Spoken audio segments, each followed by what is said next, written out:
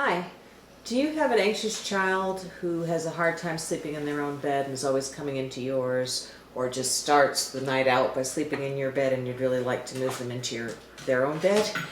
I want to give you some tips on how to do this. We use basically the strategy of what's called exposure when we're dealing with anxiety.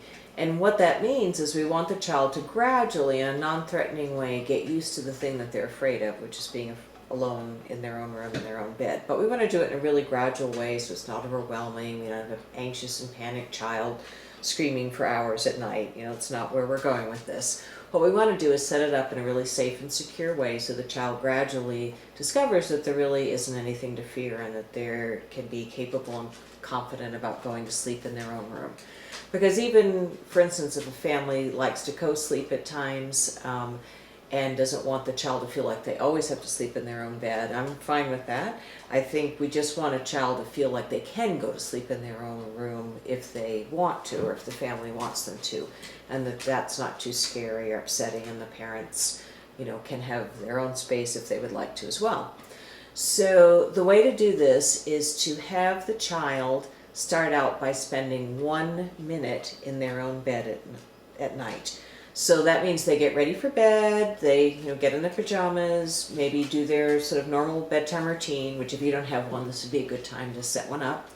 And have the child get under the covers, get into bed, do whatever they might normally do if they were going to sleep in their own room that night. Like maybe some kids would turn off the light or turn down the light, or maybe they'd play some soft music. And so they'd all be set up, but they'd just do it for 1 minute. And you would be out of the room, and they would know it was for a minute. This would all be planned out ahead of time, and after 1 minute, then they can go and get into bed with you if that's where they normally sleep. That's all they had to do for that one day. Then the next day, they do it for 2 minutes. And as you can see where this is going, so by the third night, they were doing it for 3 minutes, and the fourth night for 4 minutes. And you want to be tying this into their reward system so that they could be knowing that each night, whatever their goal is, 1 minute, 2 minutes, 3 minutes, 4 minutes, they're earning a reward, which could be something that you have to buy for them, or it could be a privilege that they earn, or it could be earning some extra time with you. So it doesn't have to be something that costs money, but that they know they're getting something out of it because they may be anxious, and so they're having to tolerate that anxiety, but they're gradually building up their confidence in that. Sometimes they might need to learn some good distraction or deep breathing strategies too to help them with that. Like maybe they could be taking deep breaths and counting to 10, like in breath, out breath. That's 1, and then they do that counting to 10 and start over. That's a nice meditative type of strategy that they could use to be doing some self-calming if they feel anxious to be in that in their bed by themselves for that 1 minute or 2 minutes or 3 minutes. And of course what we're going for is that eventually they're going to fall asleep. So that maybe after 2 weeks and you're at 14 minutes, maybe they're falling asleep. Or what about after 4 weeks and they're up to 28 minutes? Probably have a real good chance that by then they're falling asleep.